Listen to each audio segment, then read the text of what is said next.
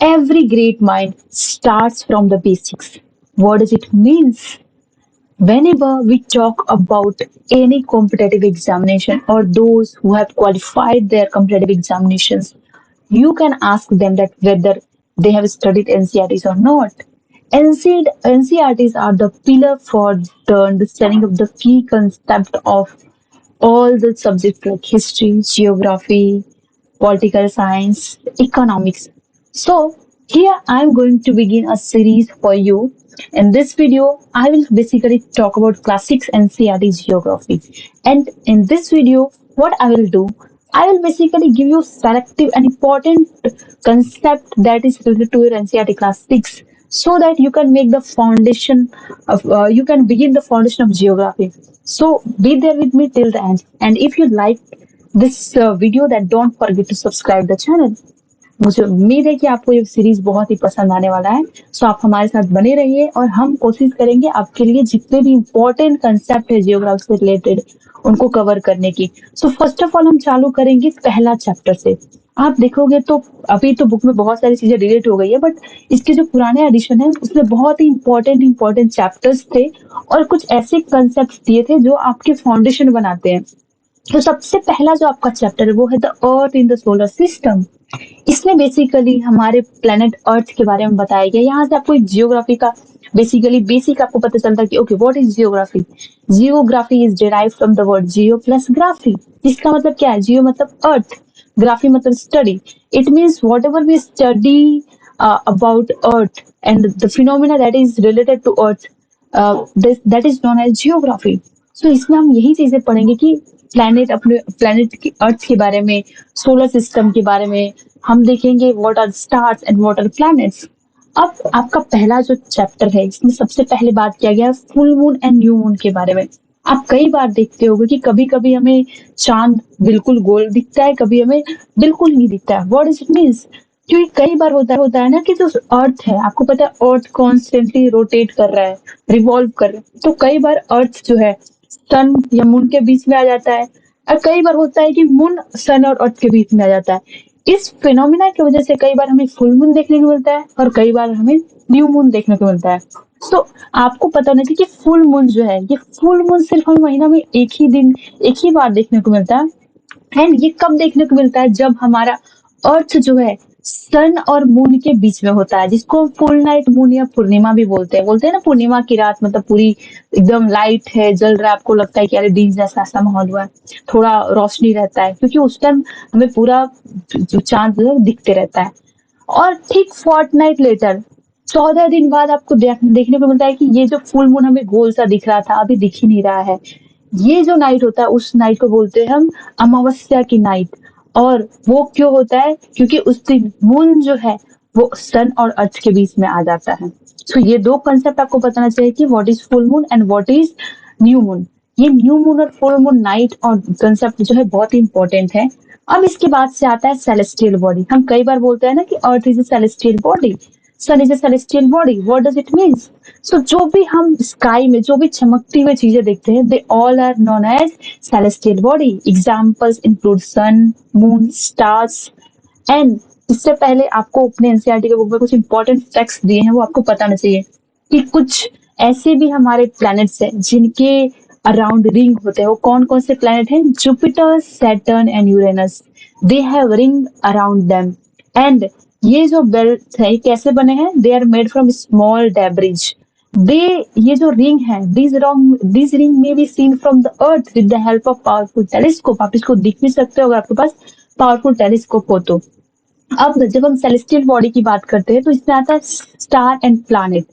अब what is the difference between star and planet? क्या सन और जो पृथ्वी है दोनों एक ही है? No, the sun is star and earth is planet. तो इसका मतलब क्या हो गया? जब हम स्टार की बात करते हैं, so star is a celestial body having own heat and light. जो भी सेलेस्टियल बॉडीज है, जो चमकते हुए हमें चीजें दिखती है, जिसके पास खुद की हीट होती है, खुद की लाइट होती है, और जो गैसेज से मिलकर बने होते हैं, उनको हम स्टार्स बोलते हैं। और ये स्टार्स जो होते हैं बाकी सेलेस्टियल बॉडी का एक सोर्स बन जाते हैं, उनको लाइट प्रोवाइड करते हैं। जैसे कि आप बात करो प्लैनेट, प्लैनेट्स के पास खुद की लाइट नहीं है, खुद की हीट नहीं है, तो उनको लाइट एंड हीट कहाँ से मिलता है? ये स्टार्स देते हैं। One of the important example of star is sun. ये जो सन है ये हमारा स्टार का एग्जाम्पल है। और दूसरा एग्जाम्पल क्या है, कई बार होता है ना कि आपको बेसिकली बहुत से आप स्काई में देखोगे ना, तो रात को एक स्टार्स के पैटर्न फॉर्म देखने को, मतलब बहुत सारे स्टार्स जो होते हैं हमें स्काई में दिखते हैं, अलग अलग पैटर्न बनाते हैं। तो ये जो वेरियस पैटर्न्स बनते हैं ना, इन पैटर्न को बोलते हैं कॉन्स्टेलेशन। तो जो भी पैटर्न अलग अलग में, कई बार एक स्टार फिर दूसरा स्टार ऐसे करके बहुत सारे स्टार दिखते हैं और वो कुछ पैटर्न बना लेते हैं। सो इन पैटर्न का एक नाम हो जाता है जिसको हम बोलते हैं कॉन्स्टेलेशन। इसका एक बेस्ट एग्जाम्पल है सप्तऋषि। जब हमें स्काई में सात बेसिकली आपके स्टार्स एक साथ एक पैटर्न बनते हुए दिखते हैं। वन एग्जाम्पल जो है पोल स्टार, आप देख सकते हो कि पोल स्टार जो हमेशा एक नॉर्थ डायरेक्शन में हमें देखने को मिलता है, एक स्टार का एग्जाम्पल है।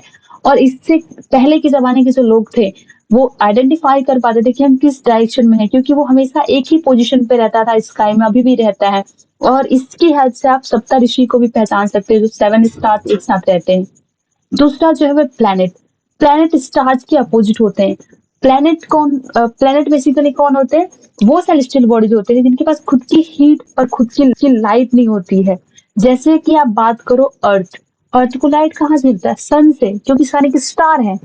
तो जब हम प्लेनेट की बात करते हैं तो जो प्लेनेट है it is derive from the word planetia, जिसका मतलब होता है wanderers, and they get their heat and light from the star. अब हम बात करते हैं सोलर सिस्टम के बारे में।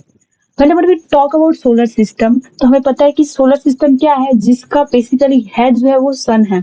एंड बाकी 8 प्लैनेट्स हैं, बहुत सारे सैटेलाइट्स हैं, एस्टेरॉइड्स हैं, मेटेरॉइड्स हैं। इन सबको मिलके सोलर सिस्टम का फॉर्मेशन होता है। ये जो सोलर सिस्टम है इसके टोटल मैंने आपको बताया कि 8 प्लैनेट्स हैं। कौन कौन से प्लैनेट हैं? Mercury, Venus, Earth, Mars, Jupiter, Saturn, Uranus and Neptune. अब एक प्लैनेट पे तो हम ऑलरेडी रहते हैं, दैट इज द अर्थ। तो हमारे लिए हम क्यों ये सोलर सिस्टम पढ़ रहे हैं? क्योंकि हमारे लिए अर्थ इंपॉर्टेंट है।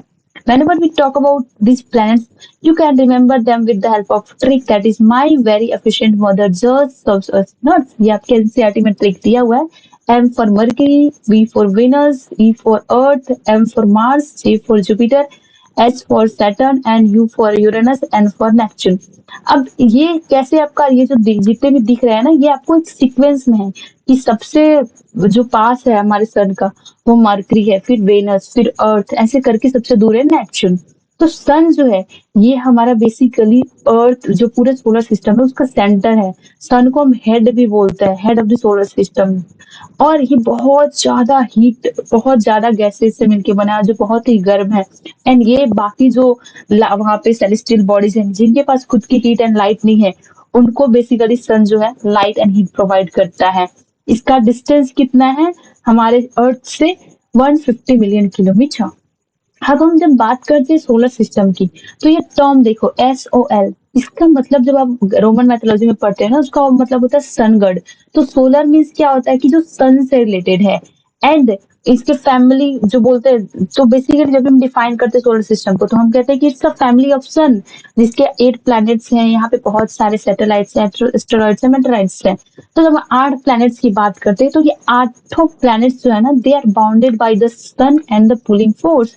आप देख सकते हो ये मैप में कि कैसे ये सन है यहाँ पे सेंट्रीपिटल फोर्स से बंधे हुए हैं, क्योंकि वो सेंट्रीपिटल सेंट्रीफ्यूगल फोर्स दोनों लगते रहते हैं, इसलिए वो गिरते नहीं है, एक बैलेंस्ड मोड में बने हुए हैं और बंधे हुए हैं। कॉन्स्टेंटली वो रिवॉल्व कर रहे हैं सन के अराउंड, अपने ऑर्बिट पे रोटेट कर रहे हैं। Will explain the meaning of revolution and rotation.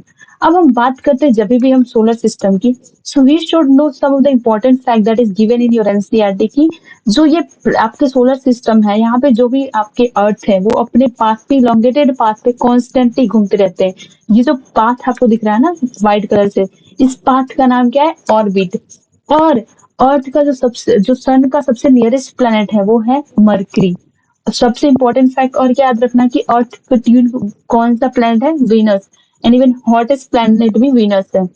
पहले जो था ना प्लूटो को हम बोलते थे कि Pluto is also a planet, but 2006 में हमने बोला कि it's not a planet but it's a dwarf planet. Why do we call it as a dwarf planet? क्योंकि जो प्लैनेट्स के फीचर होते हैं कि वो अपनी ऑर्बिट पे घूम रहे हैं, अपनी ऑर्बिट से हिल नहीं रहे हैं।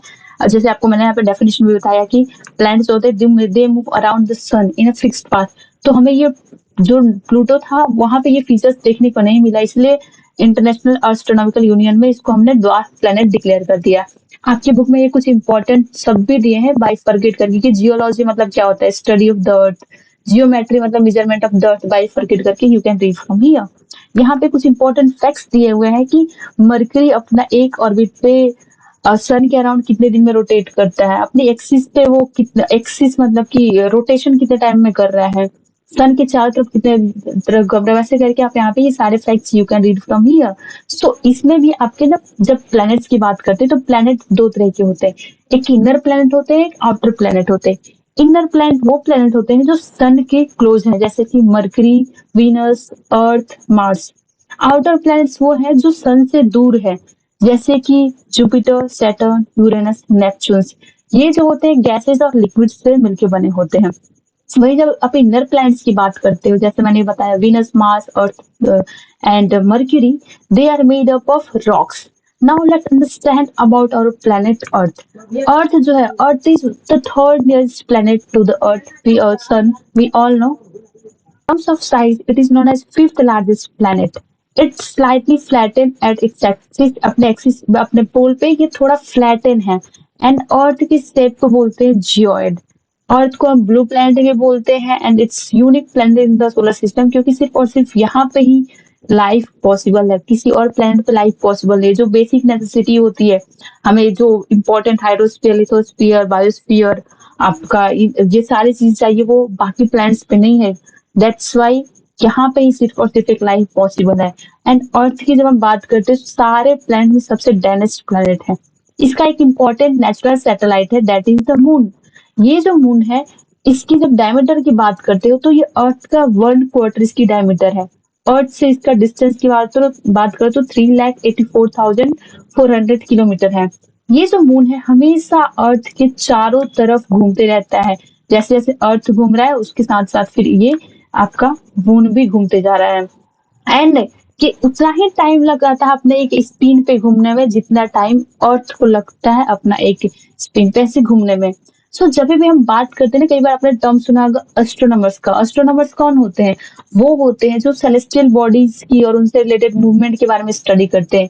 हमारे इंडिया के एक इम्पोर्टेंट फेमस एस्ट्रोनॉट थे, उनका नाम एस्ट्रोनॉमर थे, उनका नाम क्या था? आर्यभट्ट। उन्होंने बोला कि जो ये मून है और प्लैनेट्स हैं ये कॉन्स्टेंटली साइन करते रहते हैं, और ये साइन करने का रीजन क्या है कि सनलाइट रिफ्लेक्ट हो रहा है, और रिफ्लेक्ट होता है इसकी वजह से ही मून और प्लैनेट भी चमकते हैं। इसलिए आप देखो तो जो मून है, मून के पास खुद की लाइट नहीं है, तो वो उसको लाइट कहाँ से मिलता है? इसको लाइट मिलता है सनलाइट से। That was being said bye Aristotle. Important fact आप यहाँ पे देख सकते हो, आपके बुक में दिया कि नील आर्मस्ट्रॉन्ग जो थे, he was the first man to step on the surface of the moon on 20 July 1969। और पूरे प्लैनेट में सबसे बड़ा प्लैनेट कौन सा है, largest? That is the Jupiter. और इसके पास बहुत ज्यादा मून्स भी है। लार्ज नंबर ऑफ मून्स की बात करो तो जुपिटर के पास ही है, 79 मून्स है। सेकेंड कौन से इंपॉर्टेंट आपके बेसिकली प्लैनेट है जिसके पास ज्यादा मून है? वो है आपका सैटर्न। तो ये कहीं ना कहीं आपके एग्जाम के लिए इंपॉर्टेंट होता है, you can note from here. Next आता है सैटेलाइट। जब हम सैटेलाइट्स की बात करते हैं तो सैटेलाइट्स क्या होते हैं? वो होते हैं जो बेसिकली हमें जो सेलेस्टियल बॉडीज के चारों तरफ घूमते रहते हैं। अब आपको एक चीज याद रखना है कि सैटेलाइट्स दो तरह के होते हैं। एक तो नेचुरल सैटेलाइट्स, जैसे कि मून जो है अर्थ का नेचुरल सैटेलाइट्स है। दूसरा जो है आपका हमने बनाया है, ताकि हम जो सेलेस्टियल बॉडीज है उनकी स्टडी कर पाए। फॉर एग्जाम्पल आप बात करो इनसैट, आईआरएस, एडुसेट, ये क्या है? ये सारी आर्टिफिशियली सैटेलाइट, आर्टिफिशियल सैटेलाइट्स है। और इनको बनाने का पर्पस यही होता है कि हम यूनिवर्स के बारे में जान सके, ये जो सेलेस्टियल बॉडीज है उनके बारे में हम जान सके। अब हमारा एक इम्पोर्टेंट टर्म आता है, मैंने आपको बताया कि जो सोलर सिस्टम है उसके अंदर एस्टेरॉइड्स भी होते हैं और मेटेरॉइड्स होते हैं। What does it means? Asteroids क्या होते हैं? ये तीन ही बॉडीज होते हैं जो कि सन के चारों तरफ घूमते रहते हैं। एंड ये कहाँ पे पाए जाते हैं? They are found between orbits of Mars and Jupiter. जो एस्टेरॉइड्स होते हैं ये प्लेनेट के ही पार्ट होते हैं, बट बहुत साल पहले शायद वो एक्सप्लोड होके उससे प्लेनेट से बिखर के वो चारों तरफ सन के घूमते रहते हैं। आपको ये पता होना चाहिए कि एस्टेरॉइड्स कौन से प्लेनेट के बीच में घूमते हैं, तो they move in between Mars and Jupiter. Next है मेटेरॉइड्स। मेटेरॉइड्स की जब हम बात करते हैं तो मेटेराइट्स क्या होते हैं? They are the smallest piece of rock जो कि सन के अगेन चारों तरफ घूमते रहते हैं। और कई बार होता है ना कि हमें धरती पे भी देखने को मिलता है, और कई बार वो एटमोस्फेयर में ही ब्लास्ट हो जाते हैं। So we need to understand कि जैसे ही कई बार ऐसा होता है ना कि उनके वो उधर से बेसिकली फोर्स लग रहा है एंड इधर से फोर्स, तो कई बार वो मेटेरॉइड्स जो है अर्थ पे आके गिर जाते हैं, और इस टाइम एक फ्रिक्शन होता है।